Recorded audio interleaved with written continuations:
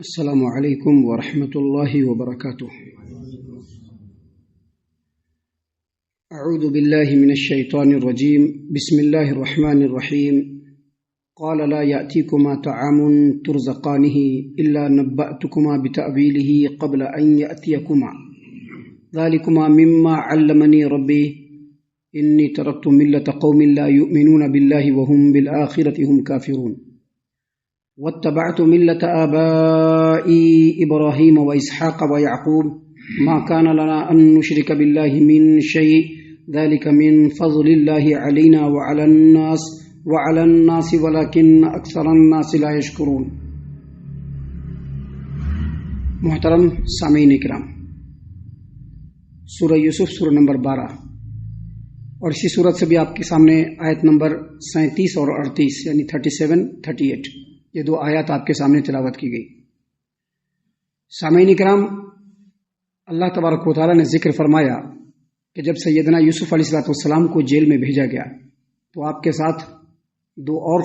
اور قیدی بھی جیل میں آئے۔ ان میں سے ایک قیدی شاہ مصر کا نان بائی تھا یعنی روٹی بنانے والا، اور دوسرا جو قیدی تھا وہ شاہ مصر کا ساقی تھا یعنی شراب پلانے والا۔ دونوں قیدی آئے، یوسف علیہ السلام بھی جیل میں ہے، دونوں قیدی بھی جیل میں ہیں۔ ایک رات کا واقعہ ہے کہ دونوں قیدیوں نے ایک ہی رات الگ الگ خواب دیکھا۔ اب خواب دیکھنے کے بعد دونوں کے اندر جگیاسا بڑھی، چاہت ہوئی کہ اس خواب کی تعبیر کو معلوم کرنے کی کوشش کریں۔ قید خانے کے اندر دیکھا تو یوسف علیہ السلام نظر آئے، کیونکہ بڑے ہی نیک سیرت، انتہائی بلند اخلاق اور بڑے ہی باکردار آدمی تھے۔ دونوں کے دونوں یوسف علیہ السلام کے پاس آئے اور کہا کہ ہم دونوں نے خواب دیکھا ہے۔ ایک نے کہا کہ میں نے خواب دیکھا ہے کہ میں شراب نہیں چھوڑ رہا ہوں، اور دوسرے نے کہا کہ میں نے خواب دیکھا ہے کہ میرے سر پر روٹی ہے جس کو میں اٹھائے ہوا ہوں، اور اس روٹی کو آ کر کے کوا نوچ نوچ کر کے کھا رہا ہے۔ ان دونوں کی تعبیر بتلا دیجئے، کیونکہ آپ بڑے ہی نیک آدمی ہیں۔ سامعین کرام، اللہ تبارک و تعالیٰ نے فرمایا کہ ان دونوں کے اس بات کے جواب میں یوسف علیہ السلام نے فرمایا، اللہ نے فرمایا کہ یوسف علیہ السلام نے کہا، یوسف نے کہا قال لا یأتیکما، انہوں نے کہا کہ لا یأتیکما طعام ترزقانہ الا نبأتکما بتأویلہ قبل ان یأتیکما، یعنی جب تم لوگوں کو کھانا دیا جاتا ہے تو کھانا دینے سے پہلے میں تم کو تمہارے خوابوں کی تعبیر بتلا دوں گا، لیکن اس سے پہلے میں دو باتیں بتلانا ضروری سمجھتا ہوں جو تم کو سمجھ لینا چاہیے۔ کچھ بات ایسی ہے جس کو بتلانا ضروری ہے، اور وہ بات کیا ہے؟ ذالکما مما علمنی ربی، پہلی بات یہ ہے کہ یہ جو خواب کی تعبیر ہے اللہ تبارک و تعالیٰ نے مجھ کو سکھلایا ہے۔ دوسرے، یہ جو علم ہے خواب کی تعبیر کا جس کو تم پوچھنے آئے ہو، ذالکما مما علمنی ربی، یہ خواب کی جو تعبیر کا جو علم ہے میرے رب نے مجھ کو سکھلایا ہے، اور یہ رب کا بڑا فضل ہے، یہ رب کا بڑا فضل ہے۔ اور رب کا جو یہ فضل ہوتا ہے ہر ایک پر نازل نہیں ہوتا۔ خاص طور سے اللہ نے فرمایا کہ یوسف علیہ السلام نے وہاں پر ان لوگوں کو بتلایا کہ دوسری بات یہ سمجھ لو کہ انی ترکت ملۃ قوم لا یؤمنون باللہ وهم بالآخرۃ هم کافرون، میں نے ان لوگوں کا طریقہ، ان لوگوں کا منہج اور ان لوگوں کے مذہب کو چھوڑ دیا ہے جو نہ اللہ تبارک و تعالیٰ پر ایمان لاتے ہیں اور نہ آخرت کے دن پر ایمان لاتے ہیں۔ واتبعت ملۃ آبائی ابراہیم و اسحاق و یعقوب، میں نے اپنے آباء و اجداد ابراہیم، اسحاق اور یعقوب کے طریقے کو اختیار کیا، ان کے ملت کو اختیار کیا، ان کے منہج کو اختیار کیا، ان کے منہج کو اختیار کیا۔ اور آگے انہوں نے کہا ما کان لنا ان نشرک باللہ من شیء، ہمارے لیے یہ مناسب نہیں ہے، ہمارے لیے یہ شایع نشان نہیں ہے کہ ہم کسی غیر کو اللہ کے ساتھ شریک ٹھہرائیں۔ آگے مزید فرمایا ذالک من فضل اللہ علینا وعلی الناس ولکن اکثر الناس لا یشکرون، یہ اللہ تبارک و تعالیٰ کا ہمارے اوپر فضل ہے اور لوگوں کے اوپر فضل ہے، لیکن اکثر لوگ اللہ تبارک و تعالیٰ کا شکریہ ادا نہیں کرتے۔ سامعین کرام، یہاں پر سیدنا یوسف علیہ السلام نے دونوں قیدیوں کو سامنے پہلے بٹھایا اور کہا کہ جو رات کا کھانا آنے والا ہے یا جو تم کو کھانا دیا جاتا ہے وہ کھانا آنے والا ہے، اس سے پہلے میں تم کو خواب کی تعبیر بیان کر دوں گا، لیکن اس سے پہلے جو ضروری بات ہے وہ سن لو، اور وہ دو بات ہے۔ پہلی بات یہ کہ یہ جو خواب کی تعبیر کا جو علم ہے میرے رب نے مجھ کو سکھلایا ہے، اور یہ رب کا بڑا فضل ہے جو مجھ پر ہوا ہے۔ اور دوسری بات، رب کا جو فضل ہوتا ہے وہ انہی لوگوں پر نازل ہوتا ہے، انہی لوگوں کے اوپر اللہ تبارک و تعالیٰ نازل فرماتا ہے جو اللہ کے ہو کر کے رہتے ہیں، جو اللہ کے ہو کر کے رہتے ہیں۔ اور اللہ کے ہو کر کے رہنے والے کون ہیں؟ جو اللہ تبارک و تعالیٰ کی اطاعت و فرما برداری کرتے ہیں، جو اللہ کے راستے میں چلتے ہیں، جو اللہ کی رضامندی کو ہمیشہ تلاش میں رہتے ہیں، جو اللہ تبارک و تعالیٰ کے ساتھ کسی کو شریک نہیں ٹھہراتے۔ اور پھر انہوں نے فرمایا کہ میں نے ان لوگوں کے دین کو بالکل چھوڑ دیا۔ مصر کے اندر لوگ اللہ کی توحید کو ماننے والے نہیں تھے، اس وقت کفر و شرک میں پڑے ہوئے تھے، اللہ کے ساتھ دوسروں کو شریک ٹھہرانے والے تھے۔ تو انہوں نے کہا کہ میں نے ان لوگوں کے دین کو، ان لوگوں کے مذہب کو، ان لوگوں کے ملت کو، ان لوگوں کے طریقے کو چھوڑ دیا ہے جو نہ اللہ پر ایمان رکھتے ہیں اور نہ آخرت پر ایمان رکھتے ہیں۔ اس کے مقابلے میں نے اپنے آباء و اجداد یعقوب، ابراہیم، اسحاق اور یعقوب علیہ السلام ان کے طریقے کو اختیار کیا، ان کے منہج کو اختیار کیا۔ اور ان لوگوں کا منہج کیا ہے؟ توحید۔ ان لوگوں کا منہج کیا ہے؟ توحید، یعنی اللہ تبارک و تعالیٰ کو ایک ماننا، اللہ کی خالص عبادت کرنا، اور اللہ کی عبادت میں کسی کو شریک نہ ٹھہرانا۔ یہ ابراہیم کا بھی طریقہ، اسحاق کا بھی طریقہ اور یعقوب کا بھی طریقہ۔ محترم سامعین کرام، انہوں نے کہا کہ میں نے ان لوگوں کا دین اختیار کیا ہے، اور جو لوگ توحید والے دین کو اختیار کرتا ہے اصل میں انہی کے اوپر اللہ کا فضل ہے، لیکن اکثر لوگ اس بات کو جانتے نہیں، اور اکثر لوگ اس بات کا شکریہ بھی اللہ کا ادا نہیں کرتے۔ سامعین کرام، یہ بات ہے جب قیدیوں نے سیدنا یوسف علیہ السلام سے آ کر کے خواب کی تعبیر پوچھی، تو خواب کی تعبیر بتلانے سے پہلے ان لوگوں کو انہوں نے دین کے اصول کے بارے میں سمجھایا۔ دین کے اصول، یہ دین کا جڑ ہے، اگر یہ نہیں رہے گا تو دین نہیں ہے۔ ایک آدمی لاکھ عبادت کرتا رہے، لاکھ صدقہ و خیرات کرتا رہے، اگر یہ چیز اس کے اندر نہیں ہے اس کا دین نہیں ہے، آج کے ڈیٹ میں بھی۔ کیونکہ ہم لوگوں کا جو دین ہے وہ نیا دین نہیں ہے، یہ وہی دین ہے جو ابراہیم علیہ السلام لے کر کے آئے تھے، یہ وہی دین ہے جو نوح علیہ السلام لے کر کے آئے تھے، یہ وہی دین ہے جو آدم علیہ السلام کو اللہ تبارک و تعالیٰ نے سکھلایا، یہ وہی دین ہے۔ تو یوسف علیہ السلام نے ان کی خواب کی تعبیر کو بیان کرنے سے پہلے ضروری سمجھا کہ ان کو دین کے اصول سمجھا دیا جائے۔ یہ جو بات ہوئی نا، اس پر ہم جب غور کرتے ہیں تو ہمیں کئی بات سمجھ میں آتی ہے، کئی بات، ایک دو بات نہیں، کئی باتیں سمجھ میں آتی ہے۔ پہلی بات سمجھ میں آتی ہے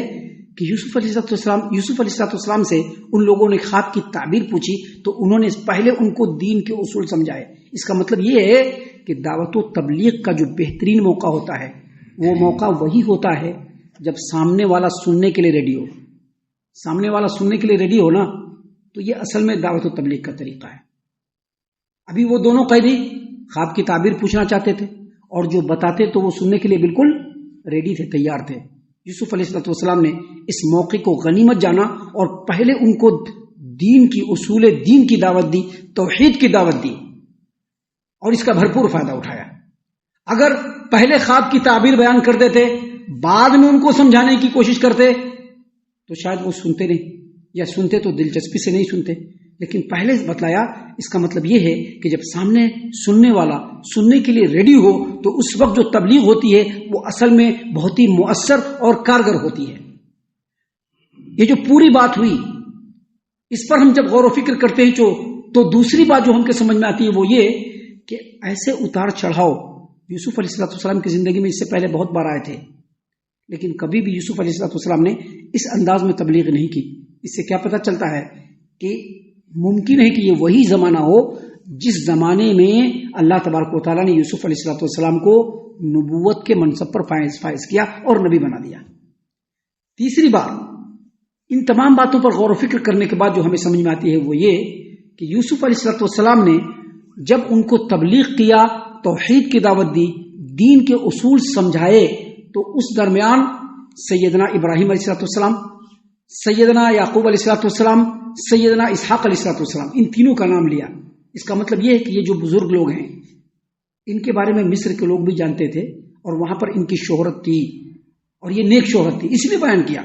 اور یہاں پر یہ بھی سمجھ میں آتا ہے کہ مصر کے لوگوں کو یہ سمجھانا اصل میں مقصود تھا کہ ہم جو بات بول رہے ہیں، قیدیوں کو یہ بتلانا مقصود تھا کہ میں جو بات بول رہا ہوں یہ میری بات نہیں ہے، بلکہ ایک زمانے سے اس دنیا کے جو نیک لوگ ہیں، جو نبی لوگ ہیں، انہوں نے یہی بات بتلایا ہے۔ اس سے ضمناً یہ بات بھی سمجھ میں آتی ہے کہ یہ پوری کی پوری تقریر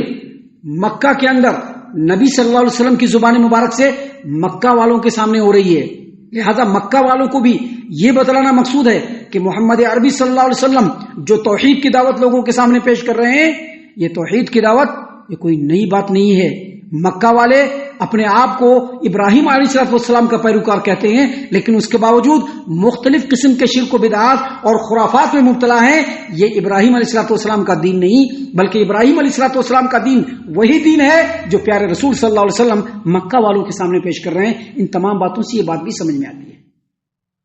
اور ان تمام باتوں کے اوپر غور و فکر کرنے کے بعد ایک اور بات سمجھ میں آتی ہے، اور وہ بات یہ سمجھ میں آتی ہے کہ سیدنا یوسف علیہ السلام قید کی حالت میں تقریباً 8 سے 9 سال رہے، 8 سے 9 سال، اور اس دوران میں جو یہ موقع آیا، ایسے موقع آگے بھی آئے ہوں گے۔ لہذا جس طرح سے یہاں پر سیدنا یوسف علیہ السلام نے دعوت و تبلیغ کا کام لیا اور کام کیا، اس طرح کے 8 سال کے اندر اپنے تبلیغ کے مرکز کو سیدنا یوسف علیہ السلام نے جیل کو ہی اپنے دین کے تبلیغ کا مرکز بنا دیا، اور پورے 8-9 سال لگاتار جیل کے اندر دعوت و تبلیغ کا کام کرتے رہے۔ سامعین کرام، ان تمام باتوں کے اوپر غور و فکر کرنے کے بعد جو سب سے پہلی بات سمجھ میں آتی ہے وہ یہ، جو سب سے اہم بات ہم لوگوں کو سمجھ میں آتی ہے وہ یہ، جب آدمی دعوت و تبلیغ کا کام کرے تو نماز کی طرف لوگوں کو نہیں بلائے۔ ابھی لوگ نماز کی طرف بلاتے ہیں پہلے،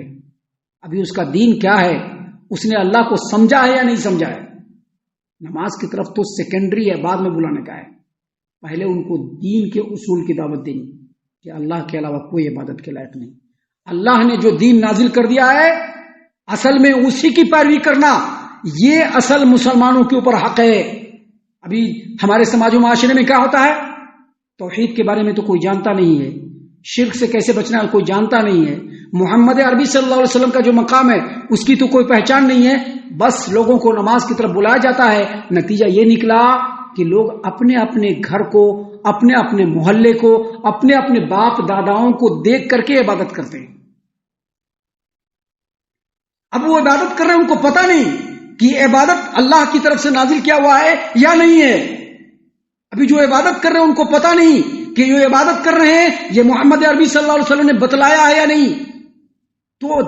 اگر دعوت کا کام شروع کرنا ہے تو سب سے پہلے لوگوں کو اصول دین کی دعوت دینی ہے، جیسا کہ یوسف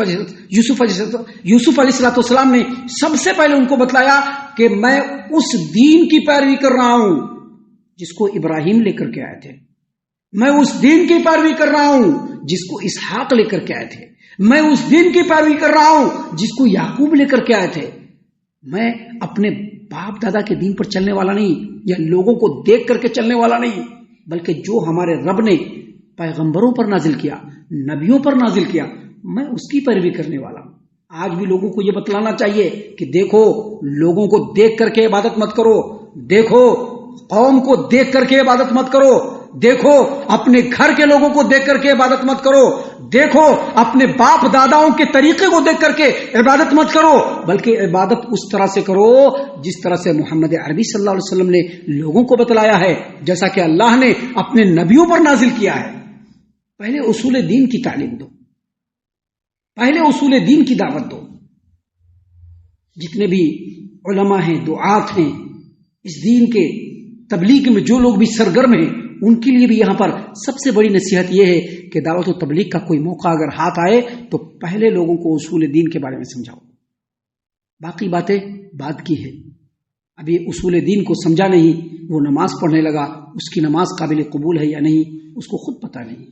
اس کے دل میں تو پہلے یہ آنا چاہیے کہ اللہ ہی سب سے بڑا ہے اور اللہ کا ہی حکم اس روئے زمین پر چلتا ہے۔ اس کو یہ سمجھ میں آنا چاہیے کہ اللہ نے محمد عربی صلی اللہ علیہ وسلم کو رسول بنا کر کے بھیجا ہے، ان کی پیروی کرنا ضروری ہے۔ لوگوں کو یہ سمجھ میں آنا چاہیے کہ اس روئے زمین پر چاہے ہم اچھا کریں یا برا، کل قیامت کے دن ہم کو پہنچنا ہے، اور وہاں پر جا کر کے ہم کو اللہ کے بارگاہ میں جواب دینا ہے. یہ سب باتیں اگر سمجھ میں نہیں آئے گی تو پوری زندگی لوگ داڑھی رکھے رہیں, ٹوپی لگائے رہیں, کوئی فائدہ نہیں ہونے والا ہے. ہم اللہ سے دعا کرتے ہیں کہ اللہ تعالی ہم تمام کو ان تمام باتوں کے اوپر خوب غور و فکر اور تدبر کرنے کے ساتھ ساتھ ان باتوں کے اوپر عمل کرنے کی بھی توفیق عنایت فرمائے, آمین. اللہ تعالی ہم تمام کو صحیح معنوں میں پکا سچا مومن مسلمان بنائے, اللہ اور اس کے رسول صلی اللہ علیہ وسلم کی اطاعت و فرما برداری کرنے والا بنائے, صحابہ کرام رضی اللہ عنہم کے طریقے پر چلنے والا بنائے, جنت الفردوس میں جگہ عطا فرمائے. اے اللہ ہم تمام کو جہنم سے پناہ دے, اے رب العالمین ہم تمام کو جہنم سے پناہ دے, اے مالک الملک ہم تمام کو جہنم سے پناہ دے, آمین یا رب العالمین. وما علینا الا البلاغ المبین. تبارك الذي نزل الفرقان على عبده ليكون للعالمين نذيرا.